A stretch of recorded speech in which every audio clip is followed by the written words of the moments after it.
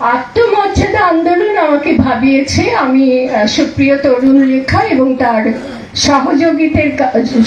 সহযোগীদের ধন্যবাদ জানাবো না, আমি বলবো যে তারা আমাকে ধন্য করেছে এই বিষয় এখানে বলার জন্য।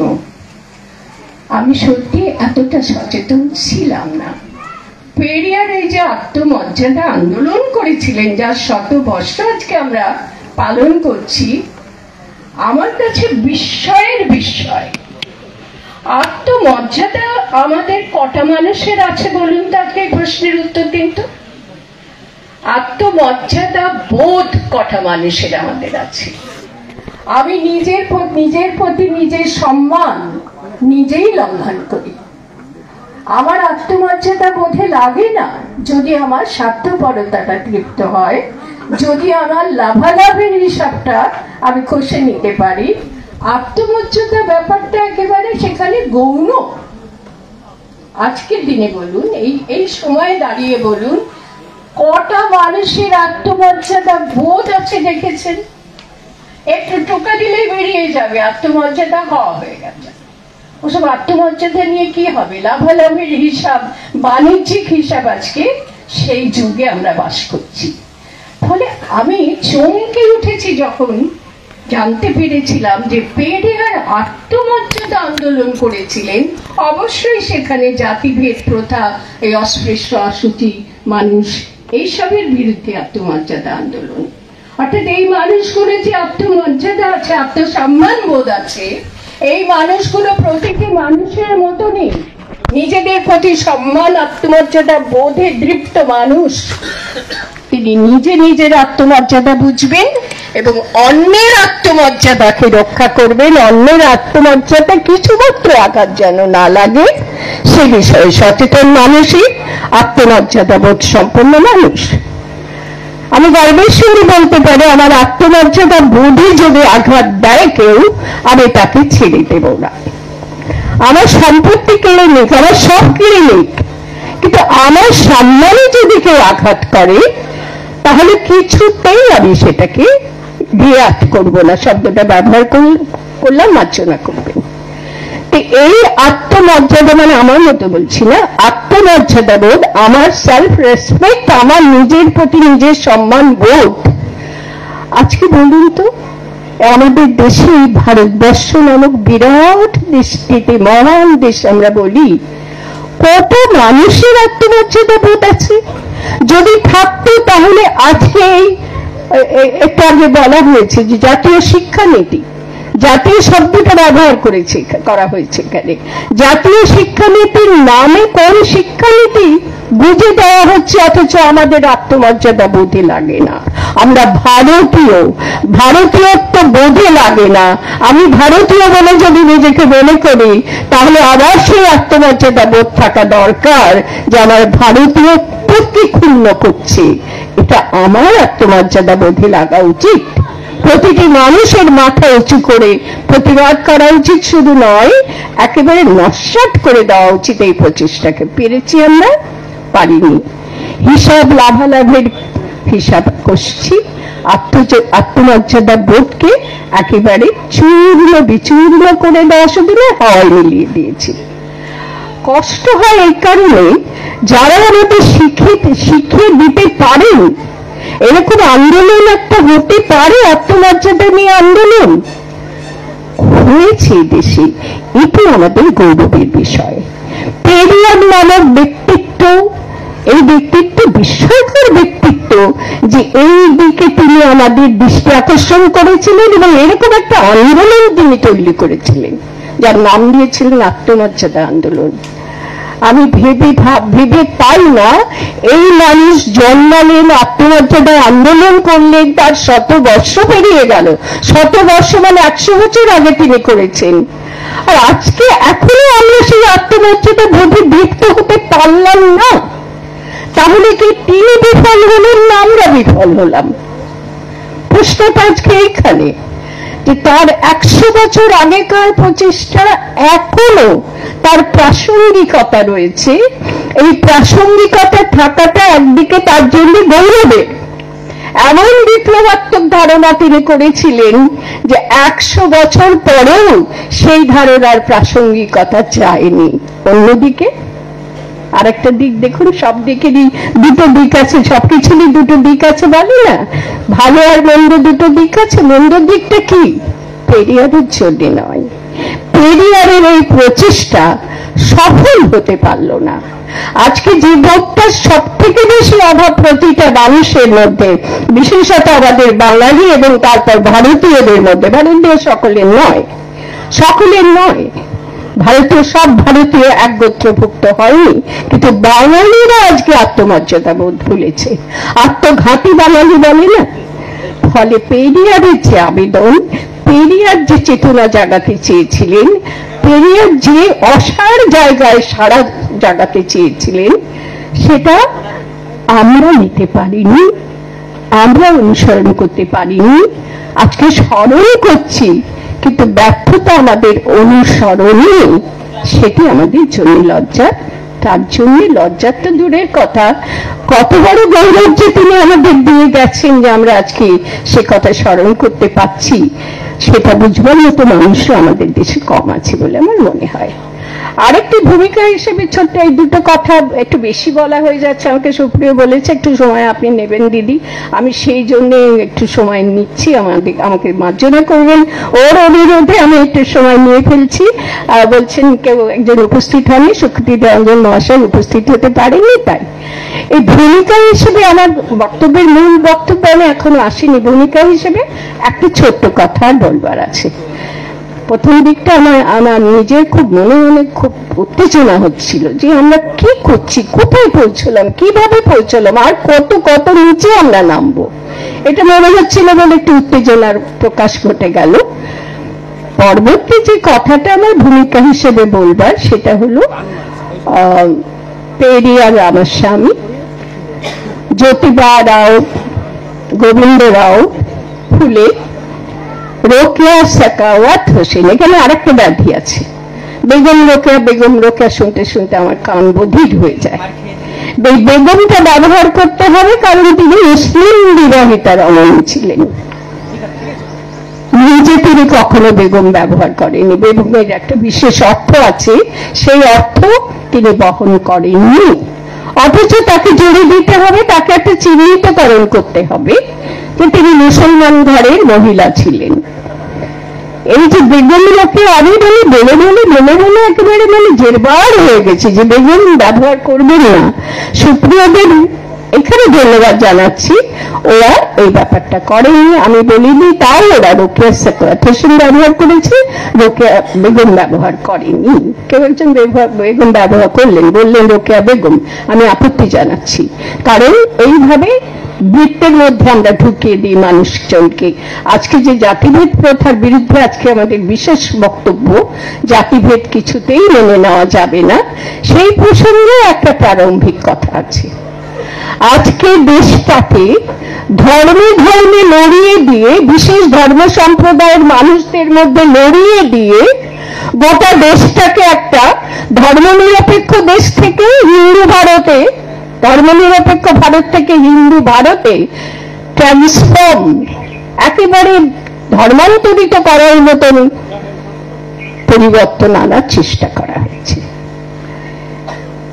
এইবারে আপনাদের কাছে আমার একটা প্রস্তাব রয়েছে। আজকে আমরা কি শুধু এখানে পেরিয়ার, জ্যোতিবা রাও ফুলে, রোকেয়া এদের আলোচনা করে আমাদের কাজ শেষ করব?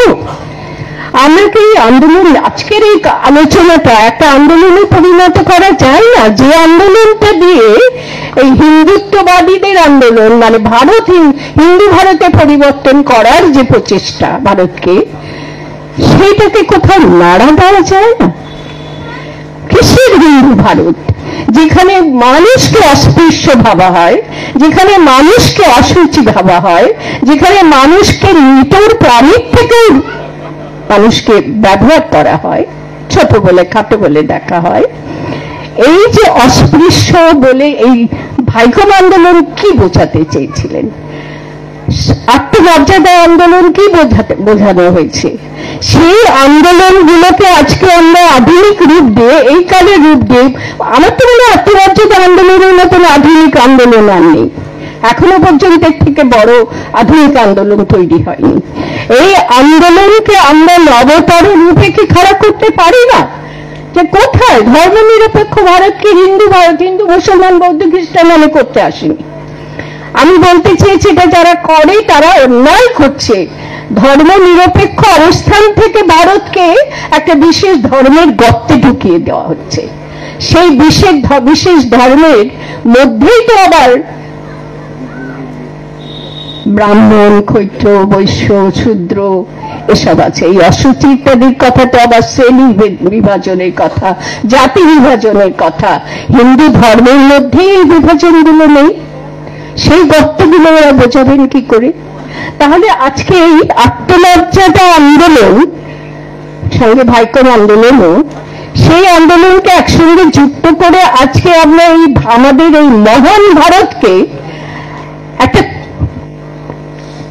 কি শব্দ দিয়েছে আমি বলবো, বোঝাতে পারছি না। যেহেতু আমার মুসলমান পরিবারে জন্ম হয়েছে, সেহেতু আমি এখন হিন্দু ভারত বললে বলবো ওই মুসলমান মহিলা হিন্দু ভারতের বিরুদ্ধে বলছে। এইরকম আত্মমর্যাদা বলে তো কিছু নেই। এই ধরনের কথা বলে নিজেদের আত্মমর্যাদা ধ্বংস করবে। ফলে মুশকিলটা সেইখানে, কিন্তু করাটা খুব দরকার। আজকের এই যে আলোচনা, এই আলোচনাটাকে আমরা কি কাজে লাগাতে পারি না? যে এইগুলো দূর করবে কবে? এইগুলো দূর হোক, তারপরে যদি হিন্দু ভারত হলে ভালো হয় তো হবে। ভূমিকাতে আরো একটা কথা আছে। এই তিনজন ব্যক্তি, দুজন পুরুষ, মানে লিঙ্গ পরিচয় পুরুষ আর একজন নারী, এই তিনজনকে আমরা এক সূত্রে আজকে গাচ্ছি। আমাকে একটু সময়টা সুপ্রিয় বলে দিও যে দিদি আপনার সময় শেষ, আমি ঠিক সেখানেই শেষ করবো। সুপ্রিয় একটু দ্বিধা করো না, একদম দ্বিধা করো না, আমি আর বাড়াচ্ছি না, আমার এই কথাগুলোই মূল কথা ছিল। একটা সূত্রে আমরা গাঁথতে পারলাম। সেই একটা সূত্র কি বলুন তো? এই তিনজন মানুষই বুঝেছিলেন যে শাসক শ্রেণী, বর্তমান শাসক নয়, ব্রিটিশ শাসক, এই ব্রিটিশ শাসক আমাদের সমস্ত কিছু ক্ষতি মূলে এইরকম ভাবে সংকীর্ণ বৃত্তির মধ্যে নিজেদের ঢুকিয়ে না দিয়ে গোটা পরিস্থিতিটা স্বচ্ছ দৃষ্টিতে দেখার দৃষ্টি দিতে চেয়েছিলেন। সেটা কি না, আমরা নিজেরা নিজেদের মধ্যে নানা রকমের বিভেদ নয়, ভিন্নত্বকে বিভেদে পরিণত করেছি। দুটি মানুষ, একজন ফর্সা একজন কালো, বাস্তব ভিন্নত্ব, কিন্তু ফর্সাকে বলা হয় বাবা কি ফর্সা, যেন তার গৌরব, আর কালো বড্ড কালো, যেন তার অগৌরব। করি না? গরিব মানুষ এটা পেলেই বেঁচে যাবে, এর থেকে দামে কিছু দিতে হবে না। গরিব আর ধনী, ধনীর আবার সমারোহ সহকারে বসাও, অনেক আতিশয্য লাগবে। আর গরিব মানুষ এত জন্য করছো কেন? করি না আমরা? শহরে মানুষ, গ্রাম্য মানুষ, গ্রাম্য মানুষ তারা নিজেরাই বলে আমি গায়ের মানুষ, আমি বলে কতহীন। আর শহরে মানুষরা ভাবে আমরা শহরে মানুষ, সর্বনাশের গোড়া এরা। সমস্ত বহুতল বাড়িগুলো দিয়ে আজকে একটু আগে আমার বাচ্চা ছেলে, বক্তার ছেলেটি বারবার প্রকৃতি পরিবেশের কথা বলছিল। সমস্ত প্রকৃতি পরিবেশকে নষ্ট করে, ধ্বংস করে নগরায়ন করছে, গ্রাম ধ্বংস করে দিয়ে। এই তো আজকে সভ্যতা। গ্রাম্য শহুরে এই যে বিভাজনটা, শহুরে মানুষরা গ্রাম্য মানুষটাই করে রেখে দিয়েছে। আমরা গায়ের মানুষকে বিনয়ের সঙ্গে বলি, আর আমরাও সেটা মেনে নিই। তো পার্থক্য যদি দেখতে চান, বহু বহু বহু বহু রকমের পার্থক্য আছে। সেগুলো সব ন্যাচারাল, ইংরেজি বলতে বাধ্য হলাম, সেগুলো সব স্বাভাবিক। আমি একটা শাড়ি পরে এসছি, একজন সালোয়ার কামিজ পরে এসছে, স্বাভাবিক পার্থক্য। কাউকে যদি বলে মিরাতুল্লাহ দেখো উনি এত বয়স্ক মানুষ তাও শাড়ি পরে এসছেন, আর এই সালোয়ার কামিজ, এই মেয়েটা এখন সালোয়ার কামিজ পরছে, খাটো করে দেখার বড় করে দেখার কোনো প্রশ্নই নেই।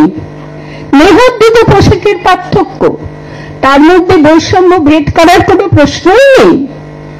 কি সুন্দর শাড়ি, আমাদের পোশাক, সালোয়ার কামিজ আমাদের পোশাক নয়, এই ভাবনাগুলো অত্যন্ত বৈষম্যমূলক ভাবনা। তো আমরাও যেটা করেছি, যার জন্য এই তিনজনকে এক সারিতে দাঁড় করানো, এই তিনজনই অত্যন্ত স্বচ্ছ দৃষ্টিতে সে কত কাল আগে, ঊনবিংশ শতাব্দী বিংশ শতাব্দী, তাদের সময়কালটা প্রায় একই, সেরকম সময় বসে তারা বুঝেছিলেন যে আমাদের নিজেদের ব্যর্থতা এই ব্রিটিশ শাসনাধীনে থাকার মূল কারণ। সেই ব্যর্থতাটা কি?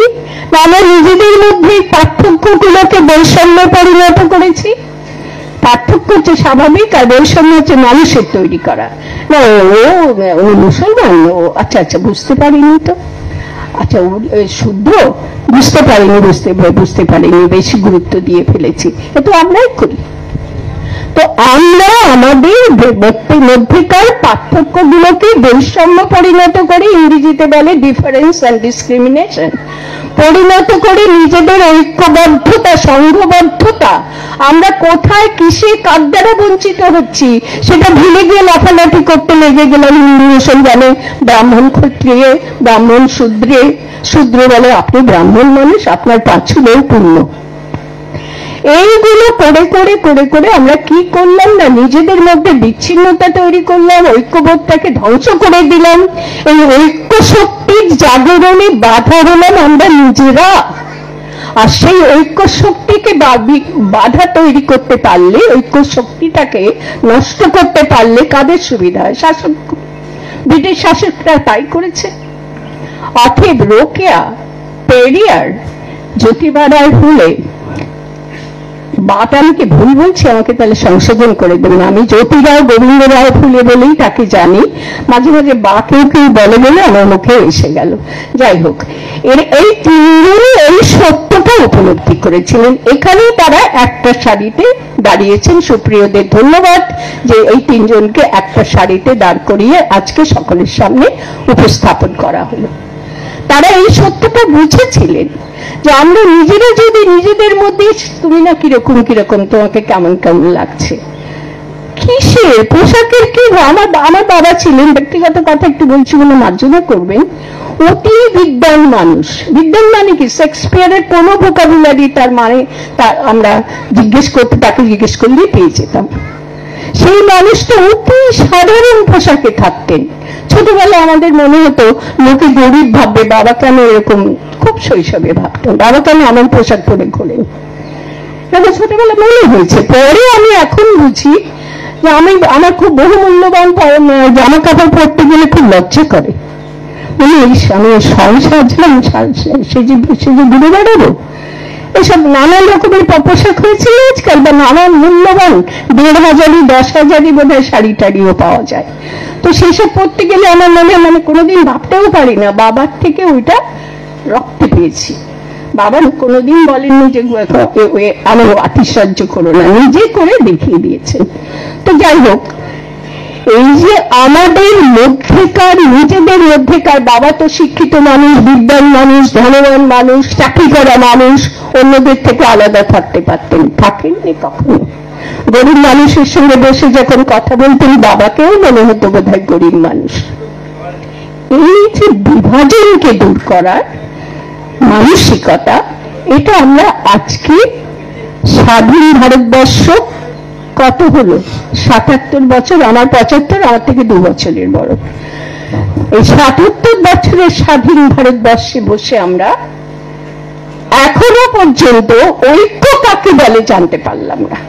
যদি জানতে পারতাম তাহলে আজকে ধর্ম নিরপেক্ষ ভারতকে, যে যার ধর্ম নিজের মতো করে পালন করুক, এই ভারতকে কি করে একটা বিশেষ ধর্মের ভারতের বড়কে বা গর্তে ঢুকিয়ে দেওয়া হয়।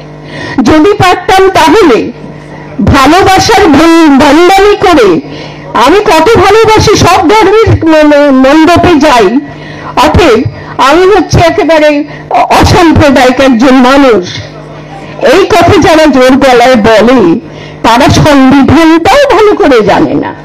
যে কোন বিশেষ পদে থাকলে, মুখ্যমন্ত্রী, প্রধানমন্ত্রী, স্বরাষ্ট্রমন্ত্রী, বড় বড় এই ধরনের সরকারি পদে থাকলে কোন ধর্মীয় অনুষ্ঠানে অংশগ্রহণ করা বাহ্যিকভাবে যায় না।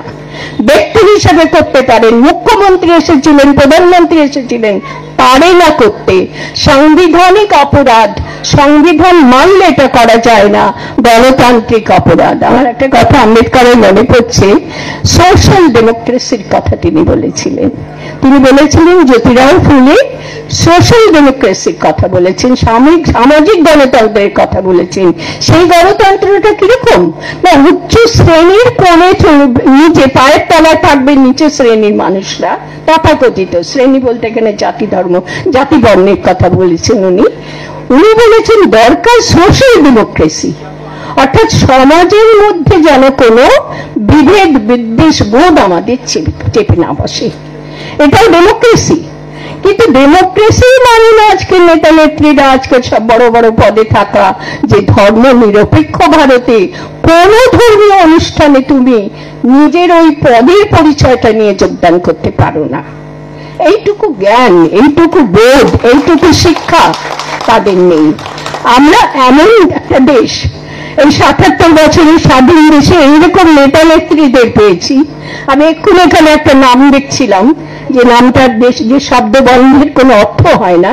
আমি কোনো ব্যক্তি বিদ্বেষ প্রচার করতে এখানে আসিনি, শুধু একটু চোখ খুলে দেওয়ার জন্য, অন্তচ্ছ দৃষ্টি দেওয়ার জন্য বলছি, যে শব্দবন্ধ অর্থহীন সেরকম শব্দবন্ধ ব্যবহার করে বিজ্ঞান বলে জাহির করতে চান, এরকম ব্যক্তিত্বদের আমরা পাচ্ছি নেতা নেত্রী হিসাবে।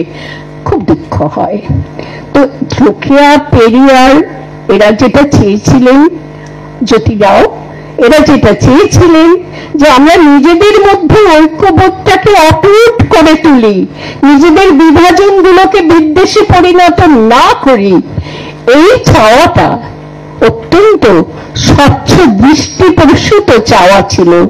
শুধুমাত্র শাসকদের প্রতি সমস্ত রকমের বিদ্বেষ ঘনীভূত করে, হাটিকে কেউ ভাবলে আপনি তো দিদি একটু আগে শাসকদের বিরুদ্ধে বলছিলেন না, শাসকদের বিরুদ্ধে বলছি এই জন্য, এই দুঃখটা এখানে বিদেশি শাসকদের বিরুদ্ধে, অত্যাশাসনের বিরুদ্ধে বলতে হতো, কিন্তু সেটাও বারণ করেছিলেন এই তিনজন ব্যক্তিত্ব। বলেছিলেন যে ওদিকের থেকে এদিকে দৃষ্টি সরাও, নিজেরা কি অন্যায় করছো সেটা দেখো, ওরা তাতেই দমিত হবে। ওই শাসকের বারবারন্ত হয় যদি নিজেরা আমরা বিভাজিত থাকি, ঐক্য আমাদের না থাকে। এই কথাটা তারা তিনজনই বোঝাতে চেয়েছিলেন। আজকে কি হচ্ছে, আজকে আমাদের স্বদেশী শাসক, কিন্তু শাসক রূপটাকে বদলেছে। আপনারা বলুন তো, শাসক রূপ তো বদলায়নি, একই রকম বিদেশি হোক স্বদেশী হোক, বরং একটু তফাৎই হয়েছে। বিদেশিরা আমার বাবা বলতেন, ব্রিটিশরা নিয়েছে আমাদের, অবদমিত রেখেছে, কিন্তু আমাদের শিক্ষাটা ঠিকঠাক দিয়েছে। বাবা তো ব্রিটিশ আমাদের শিক্ষিত মানুষ, যথার্থ শিক্ষিত মানুষ, সেই শিক্ষা দিয়েছিল ব্রিটিশ শাসকরা। বাবা বলতেন যে ব্রিটিশরা আমাদের নিয়েছে, যেমন আমাদের বঞ্চিত করেনি, বরং অনেক দিয়েছে আমাদের।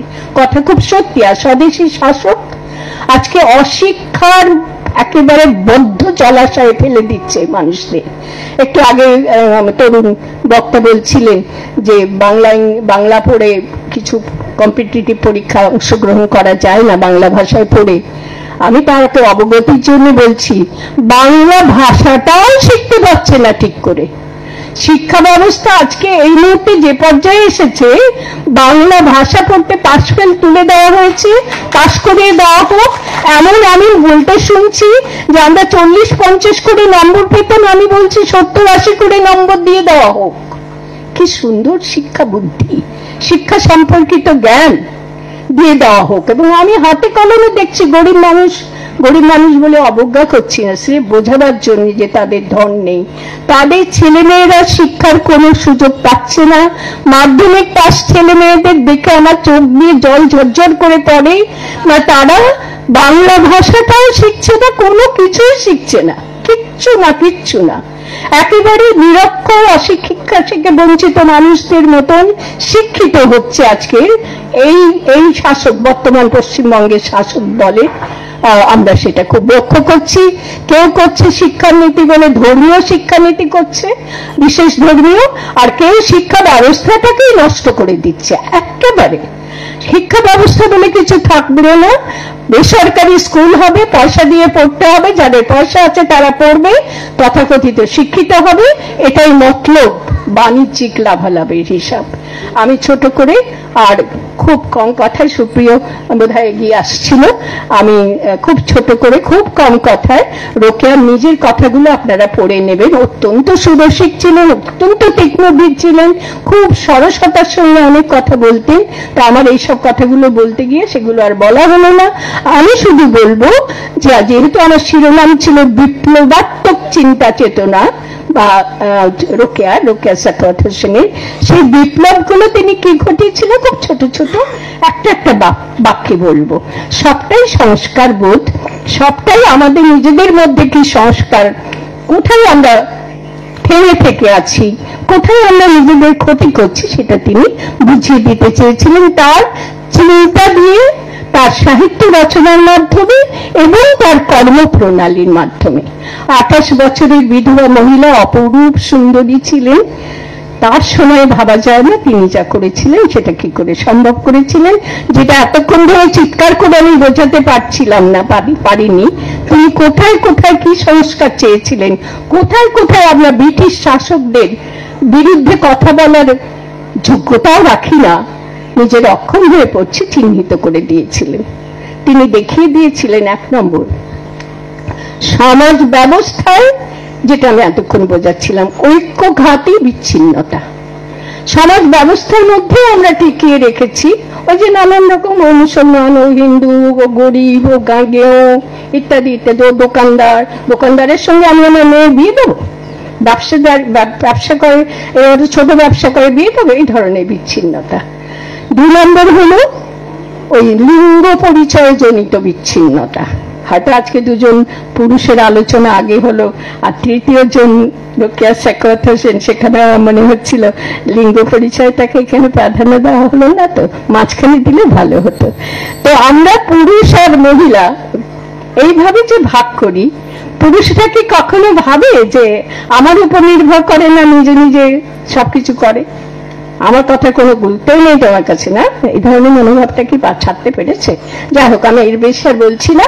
এটাও হয়েছে, উনি বুঝিয়ে দিয়েছিলেন অর্ধেক পুরুষ আর অর্ধেক মেয়েরা যদি পিছিয়ে পড়ে থাকে, ব্রিটিশ জাতির ব্রিটিশ শাসকের রমরমা হবে না কেন? এই অনেক তিনি সুন্দরভাবে মজার কথায় বুঝিয়ে দিয়েছিলেন। আমার দুর্ভাগ্য আমি আজকে সেগুলো আপনাদের পড়িয়ে শোনাতে পারলাম না। মেয়েদেরকেও ছেড়ে কথা বলেন, এইখানেই তার যুক্তিবাদিতা। মেয়েরা সব পুতুল হয়ে ঘুরে বেড়ায় কেন? আমার নিজের মনের মতন কথা, খুব ছোটবেলা থেকে আমার মনে হতো এইসব এটা ঝুলানো, ওখানে পড়ছে, এখানে পড়ছে, সেখানে পড়ছে, এই ঠোঁটে রং লাগাচ্ছে, মুখে রং লাগাচ্ছে, এরকম করে ঘুরে বেড়ায় কেন? নিজেদের পুতুল সাজায় কেন? ছোটবেলা থেকে আমার ভীষণ আপত্তি এটাতে।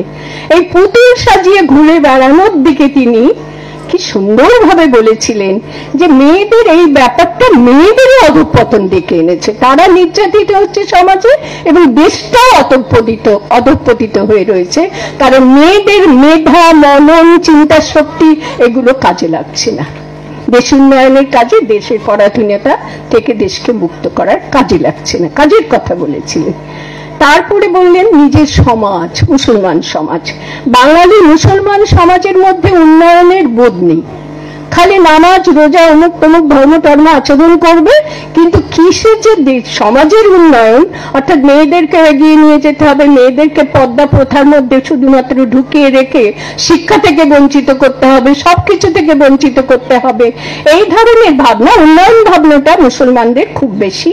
মুসলমান সমাজের এটা দুর্দশা। উন্নয়ন ভাবনা, তাদের নিজেদের সমাজের উন্নয়ন ভাবছে না, তাদের সমাজের উন্নয়ন না হলে গোটা ভারতবর্ষের যে উন্নয়ন ব্যবস্থাটা ব্যাহত হবে সেটাও তারা বোঝে না। রোকেয়া সেটা বোঝাতে চেয়েছিলেন। হিন্দু দেশবাসীর ঔদাসীন্য, অবহেলা। হিন্দু দেশবাসী তার পাশাপাশি দেশবাসী কারোর সম্পর্কে কিছু জানতে চায় না, এটা কিন্তু আমি অভিযোগ করছি। খুব আমার নাম শুনলেই আমাকে মনে করে মুসলমান। আমি তো কোনো ধর্ম পালন নাও করতে পারি, ধর্মে বিশ্বাসী নাও হতে পারি, হিন্দুরা এরকম করে ভাবে কেন? তো হিন্দুদের একটা ঔদাসীন্য আছে, অবহেলা আছে, অন্য কোনো ধর্মাবলম্বীদের প্রতি তারা দৃষ্টি দেয় না, নিজের ধর্মটাকে বড় করে দেখে, আবার নিজের ধর্মের মধ্যে বিভাজন করে, সেদিকেও তিনি দৃষ্টি আকর্ষণ করেছিলেন।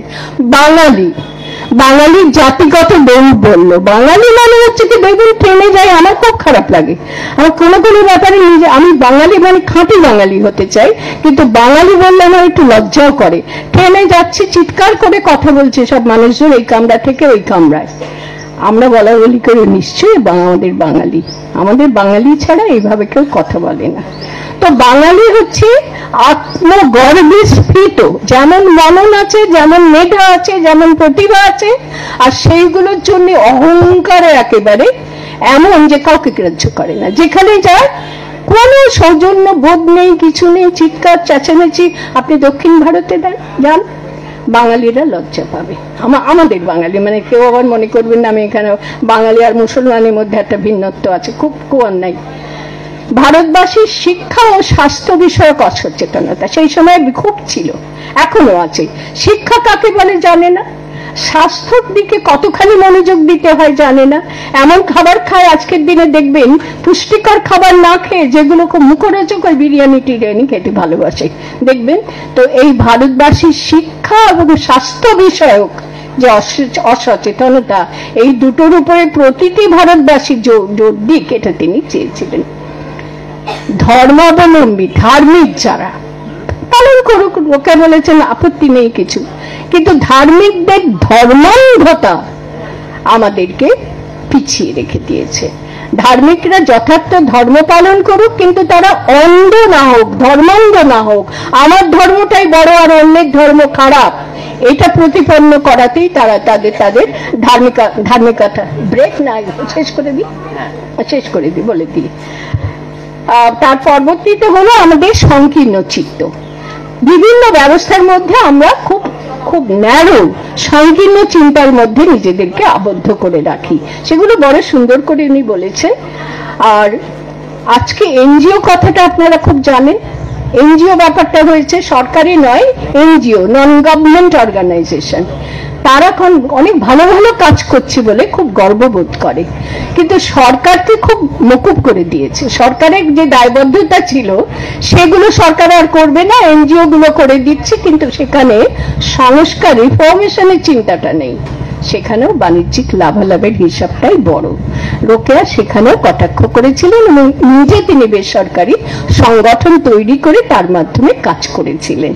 একটা ছোট্ট কথা বলে আজকের যে আলোচনার প্রাসঙ্গিকতা এবং এক সূত্রে রোকেয়া কি করে গেঁথে গেলেন আজকের আলোচনায়, বিশেষ করে আদিবাসী যাদেরকে অসুচি মনে করা হয়, অস্পৃশ্য বলে মনে করা হয়, সেই সব মানুষদের আত্মমর্যাদাকে আমরা মানি না, এটা বুঝিয়ে দেওয়ার জন্য আজকের আলোচনা। রোকেয়ার একটা উপন্যাস আছে, উপন্যাসে একটা ছোট্ট জায়গা পড়ে আমি চমকে উঠেছিলাম, এবং বহু আছে, বলতে পারলাম না আজকে, আমি দুঃখিত। বেশি কি বলবো, কথা বলে ফেললাম, বেশি কথা, বাক সংযমটা ত্যাগ করতে পারলাম না, এটা বলে শেষ করব। উপন্যাসের মধ্যে একটি জায়গায় আছে একটি নারী সেবাশ্রমের কিছু ভগিনী বলা হচ্ছে, নারী সেবাশ্রমের ভগিনীরা রাস্তায় বেরিয়েছেন। একজন সাহেব, তখন তো ইংরেজ আমল, একজন সাহেব রাস্তায় পড়ে কাতরাচ্ছেন, খুব কষ্ট পাচ্ছেন। ভগিনীরা যাচ্ছিলেন একটা সড়কে করে, কেউ সবাই নাকি একটা সড়কেও চড়ে, গাড়িতে, মানে আজকালকার ওই এর মতন কি যেন গাড়িগুলো উঠেছে, ওই গাড়ির মতন শকটে করে যাচ্ছিলেন। ওরা করলেন কি, নিজেরা নেমে ওনাকে শোয়ার ব্যবস্থা করলেন। একজন ইংরেজ শাসকদের প্রতিনিধি এবং সাহেবকে ওকে শুইয়ে দিয়ে চালককে পয়সাটা দিয়ে বলে দিলেন যে ওকে যেন ঠিক জায়গায় তুমি পৌঁছে দিও, তোমার পয়সাটা আমরা আগে দিয়ে দিলাম। একজন বলে উঠলেন, আচ্ছা পয়সাটা আগে দেওয়া ভুল হলো না তো? ওই রোগী মানুষটিকে ওরা যদি ফেলে রেখে দিয়ে পয়সা নিয়ে চালকটা যদি চলে যায়, এরকম শঙ্কা কারোর মধ্যে দেখা দেওয়াতে ভগিনীদের মধ্যে তিনি তার সেই শঙ্কাটা প্রকাশ করলেন। তখন তার উত্তরে ছিল এই পদ্মরাগ উপন্যাসের যিনি প্রধান ভূমিকায়, পদ্মরাগ তার ডাকনাম, আসল নাম সুলতানা বললেন, পাটনা বা কলকাতা হলে সেটা হতে পারত, কিন্তু রাঁচির কোন সাঁওতালরা তত সভ্য এখনো হয়ে ওঠেনি। বুঝতে পারলেন আপনারা? আমি পড়ে, ছোটবেলায় পড়েছি রোকেয়ার এইসব বইটইগুলো পড়ে আমি ভেবেছিলাম যে এই মহিলা কোত্থেকে কিভাবে এই পোড়া ভারতবর্ষে জন্মেছেন। কোন সাঁওতাল, এই সুপ্রিয়রা পড়ে নিও, সকলেই আপনারা পড়ে নেবেন, এই শব্দ দুটো ব্যবহার করেছেন। রাঁচির কোন সাঁওতালরা এখনো তত সভ্য হয়ে উঠতে পারেনি, তার মানে কলকাতার নাম করেছে আর বিহারের নাম, পাটনার নাম করেছে। তার মানে কি, এই অসুস্থ মানুষটাকে টাকা পেয়েছে বলে রাস্তায় ফেলে দিয়ে টাকা নিয়ে চলে যাবে, এতটা সভ্য এখনো হয়ে উঠতে পারেনি। আমি বলছিলাম না রসপ্রিয়তার কথা আর বুদ্ধিমত্তার কথা, একটা ছোট্ট লাইনে আপনাদের কাছে সেটা উপস্থাপন করলাম। ওর গোটা বই, সমস্ত বইয়ের মধ্যে এই রসবোধ এবং প্রখর যুক্তিবাদিতা আর উন্নয়ন বোধ এবং ভারতবাসী হিসাবে তার যে ভাবনা, বিপ্লবাত্মক, একেবারেই বিপ্লবাত্মক ভাবনা। আজকে তার কথা আমাকে বলতে দেওয়ার সুযোগ দিয়েছে বলে সুপ্রিয়, শুভম, এদের সকলকে আমি বলছি যে আমি ধন্য হয়েছি, ওদের অনুগ্রহে ধন্যবাদ জানাচ্ছি না, আমি ধন্য হয়েছি। আবারও বলে আমার কথা আপনাদের সকলকে শুভেচ্ছা, ভালোবাসা, শ্রদ্ধা জানিয়ে শেষ করি।